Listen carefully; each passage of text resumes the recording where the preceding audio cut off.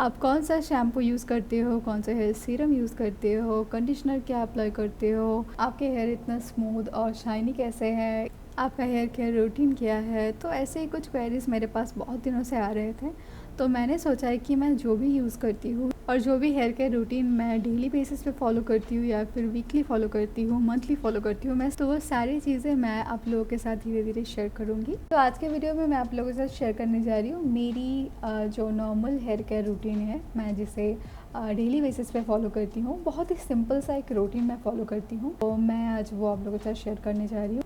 तो I hope ये video आप लोगों के लिए बहुत ही ज़्यादा हेल्पफुल हो और जो भी आपके क्वेरीज़ है मैं धीरे धीरे उनका आंसर्स दे पाऊँ। चलिए वीडियो करते हैं स्टार्ट। नॉर्मली वीकडेज़ में इतना ज़्यादा काम होता है कि खुद के लिए टाइम निकालना बहुत ही ज़्यादा मुश्किल हो जाता है।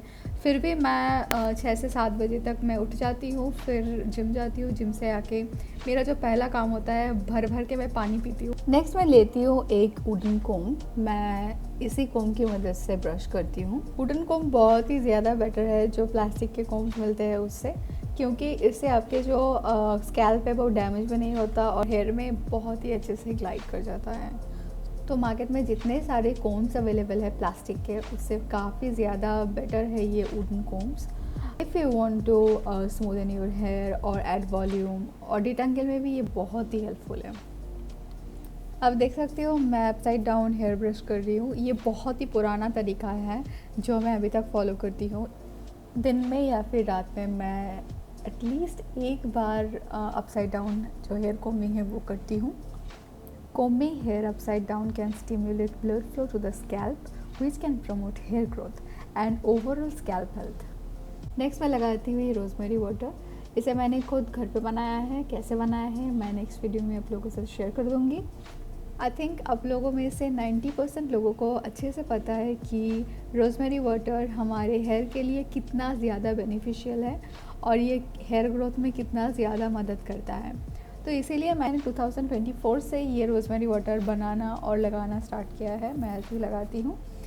मैंने बहुत ज़्यादा नोटिस किया है हेयर बहुत ही ज़्यादा स्मॉल बेबी हेयर जो है वो आ रहे हैं। मैं उस पर एक और अलग से वीडियो बना के डाल दूँ। नेक्स्ट मैं थोड़ा सा जेंटली अपने फिंगर की मदद से थोड़ा सा स्कैल्प मसाज कर लेती हूँ। जो भी रोज़मेरी वाटर मैंने स्प्रे किया है वो भी स्कैल्प में अच्छे से लग जाता है और थोड़ा बहुत स्कैल्प मसाज भी हो जाता है, क्योंकि ये भी ज़रूरी है। दिन में एक बार कर रहे हो, 2 बार कर रहे हो, जब कभी भी टाइम मिले थोड़ा सा स्कैल्प मसाज बस जेंटली अपने फिंगर की मदद से ही स्कैल्प को मसाज कर देना। इससे आपका जो ब्लड सर्कुलेशन है वो अच्छे से होगा और आपका जो हेयर ग्रोथ का चांसेस है वो और भी ज़्यादा बढ़ जाएगा। आधे घंटे के लिए मैं इसे ऐसे ही छोड़ देती हूँ और मेरा जो भी छोटा मोटा जो भी काम रहता है मैं उसे कंप्लीट कर लेती हूँ। आधे घंटे बाद मैं उठती हूँ और थोड़ा बहुत पानी पीती हूँ। उसके बाद मैं वुडन कॉम्ब की मदद से फिर से एक बार ब्रश करती हूँ और हेयर को 2 पार्ट में डिवाइड करती हूँ। By the way guys, time to time पानी पीना बहुत ही ज़्यादा ज़रूरी है, क्योंकि water is a key ingredient that supports vitamins which contribute to your hair growth. Believe me or not, but water makes up almost 25% of the weight of a single strand of hair. Drinking at least 2 liters of water a day will help the strength of your hair, increasing growth. Next मैं थोड़ा सा aloe vera gel लेती हूँ। मैं हर दिन जब भी मैं शावर लेती हूँ या फिर मुझे शैम्पू करना होता है, मैं हेयर कोम करती हूँ, फिर मैं थोड़ा सा एलोवेरा जेल ऐसे लेती हूँ और हेयर एंड्स पे मैं लगाती हूँ। इससे आप थोड़ा बहुत स्प्लिट एंड्स को अवॉइड कर सकते हो। मेरा जो भी स्प्लिट एंड्स ठीक हुआ है वो इस मेथड की वजह से ही हुआ है, तो आप लोग भी इसे ट्राई कर सकते हो। कुछ भी नहीं करना है, सिर्फ थोड़ा सा कोई भी एलोवेरा जेल आप हाथ में ले लो और एंड्स पे थोड़ा बहुत लगा के आप बस चले जाओ शावर लेने। अगर आपके पास टाइम हो तो आप 2-3 मिनट तक रुक सकते हो, फिर जाके आप धो सकते हो। नहीं तो आप जाके मेरी तरह बस तुरंत धो सकते हो। मुझे अभी निकलना था इसीलिए मैंने थोड़ा सा भी वेट नहीं किया। तो आप देख सकते हो मैंने थोड़ा सा भी प्रोडक्ट वेस्ट नहीं किया है, क्योंकि मुझे वेस्टेज नहीं पसंद है। जो भी एक्सेस था मैंने उसे हाथ में लगा लिया है। छोटा सा एक स्टेप है, बट इससे आपका जो हेयर एंड्स है वो इतना ज़्यादा सॉफ्ट लगेगा, आप खुद नोटिस कर पाओगे और इससे आप थोड़ा सा स्प्लिट एंड्स को भी अवॉइड कर पाओगे। एक्चुअली एलोवेरा जेल एक नेचुरल मॉइस्चराइज़र है and it improves hair health better than any other home remedies. Shampoo लगाने से पहले मैं हेयर को अच्छे से वॉश कर लेती हूँ बस वाटर से। उसके बाद मैं यूज़ कर रही हूँ सनसिल्क का शैम्पू, और कंडीशनर भी मैंने सनसिल्क का ही यूज़ किया है। आप जो भी शैम्पू या फिर कंडीशनर यूज़ करते हो आप उसी का यूज़ कीजिएगा। ये ज़रूरी नहीं है कि मैं सनसिल्क यूज़ कर रही हूँ इसीलिए आपको भी सनसिल्क यूज़ करना है। आपके स्कैल्प और हेयर को जो भी शैम्पू सूट करता है आप वही यूज़ कीजिएगा। आप चाहो तो मैं जैसे शैम्पू कर रही हूँ आप वैसे कर सकते हो। डायरेक्ट शैम्पू लगाने से ये काफ़ी ज़्यादा बेहतर है। बहुत सारे लोग ऐसे होंगे जो आप लोगों को बहुत सारी चीज़ें सजेस्ट करेंगी कि ये शैम्पू यूज़ मत करना, वो शैम्पू यूज़ मत करना। मैं आपको सजेस्ट करूँगी आपके हेयर अकॉर्डिंग जो शैम्पू आपको सूट करता है, अगर वो क्लिनिक प्लस भी हो या फिर पैंटीन हो, जो शैम्पू आपके हेयर अकॉर्डिंग आपको सूट कर रहा है वही यूज़ कीजिएगा। ये शैम्पू मुझे सूट कर रहा है इसका मतलब ये नहीं कि आपको भी ये सूट करेगा, क्योंकि गलत शैम्पू की वजह से स्कैल्प डैमेज होता है और बहुत सारे हेयर फॉल हो जाता है एक साथ। इसीलिए बहुत ही ज़्यादा ज़रूरी है अपने हेयर टाइप के हिसाब से शैम्पू और कंडीशनर चूज़ करना। For example, if you have very dry hair, you need a shampoo which has nourishing oils in it, and people who have oily hair can pick a shampoo with clarifying ingredients like tea tree oil or aloe vera.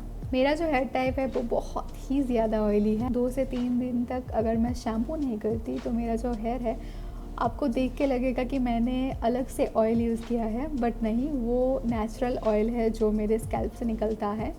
तो इसीलिए मैं अलग से कभी भी कोई aloe vera gel या फिर कोई भी ऑयल मैं स्कैल्प पे यूज़ नहीं करती, सिर्फ हेयर पे यूज़ करती हूँ, ज़्यादातर एंड्स पे यूज़ करती हूँ। अगर आपको नहीं पता है how to pick the right shampoo for your hair type तो आप मुझे कमेंट करके बता सकते हो। कंडीशनर भी मैंने सनसिल्क का यूज़ किया है।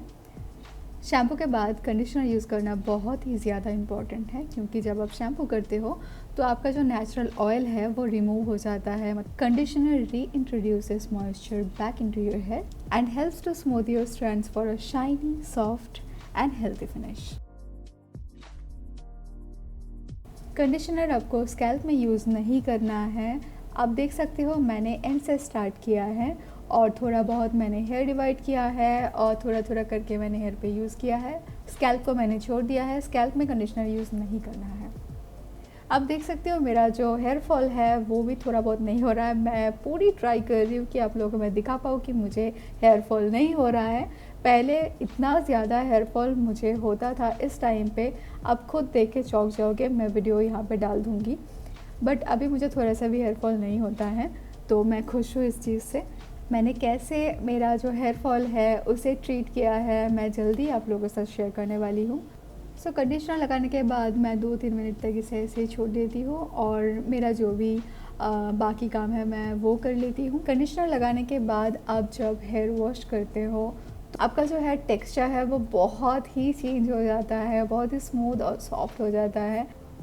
बाय द वे गाइस, मैं 4 से 5 बार वीकली हेयर वॉश करती हूँ। मैं ट्राई करती हूँ जितना एक्सेस वाटर है मैं ऐसे इसे निकाल दूँ। एक बार नहीं, मैं 2 से 3 बार ये ट्राई करती हूँ कि जितना हो सके मैं एक्सेस वाटर निकाल दूँ। फिर जाके मैं एक टॉवल की मदद से थोड़ा बहुत ड्राई कर लेती हूँ हेयर को। Never rub the towel, instead gently squeeze the water from your hair. Rubbing can damage your hair. To remove the excess water from your hair, dab the towel to prevent damage. Be patient, please. Do not lose patience while drying your hair.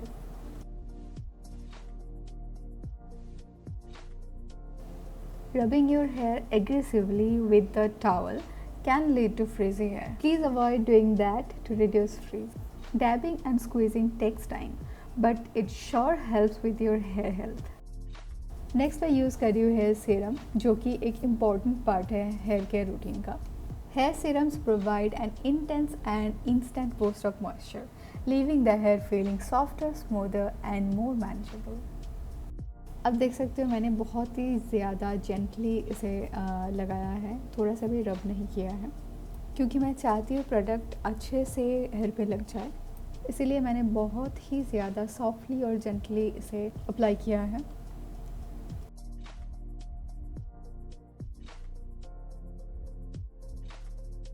आज मुझे निकलना था इसलिए मैंने जल्दी जल्दी में hair को ब्लो ड्राई किया है। ज़्यादातर दिन मैं पंखे की जो हवा है उसमें ड्राई करती हूँ हेयर को। आप लोग चाहो तो आप भी ब्लो ड्राई कर सकते हो, क्योंकि टाइम नहीं रहता हमारे पास कि हम बैठ के 15-20 मिनट तक हेयर को ड्राई कर पाए। अगर आप ब्लो ड्राई कर भी रहे हो तो टेम्परेचर को एकदम कम कर देना। ठंडी हवा से अगर आप बालों को सुखाओगे तो उतना ज़्यादा नुकसान नहीं होता। हाई टेम्परेचर पे ब्लो ड्राई मत करना हेयर को, क्योंकि उसमें आपका जो हेयर रूट्स है वो डैमेज होता है। सो ये थी मेरी simple see here care routine जो मैं डेली बेसिस पे फॉलो करती हूँ। वीकली मैं 4 से 5 दिन ये फॉलो करती हूँ। वीकली मैं 2 से 3 मास्क भी यूज़ करती हूँ, और बाकी मैं जो भी यूज़ करती हूँ सारे मैं डिटेल में आप लोगों के साथ शेयर करने वाली हूँ। आप लोगों ने मेरे चैनल को सब्सक्राइब नहीं किया है तो चैनल को सब्सक्राइब कर देना, वीडियो को एक छोटा सा लाइक कर देना, और मेरी यूट्यूब फैमिली और इस हेयर केयर जर्नी का एक पार्ट बन जाना। अगर आप मेरे साथ ये वाला हेयर केयर जर्नी स्टार्ट कर रहे हो, अभी से आपका जो हेयर टेक्सचर है वो चेंज होने वाला है। एक दिन में आपका जो टेक्सचर है वो चेंज नहीं होगा, बट धीरे धीरे अगर आप कंटिन्यू करते हो तो ऑब्वियसली आप खुद नोटिस कर पाओगे कि आपका जो हेयर टेक्सचर है वो बहुत ही ज़्यादा स्मूथ, शाइनी और सिल्की हो रहा है। सो मैं आपसे मिलती हूँ नेक्स्ट वीडियो में। Bye bye.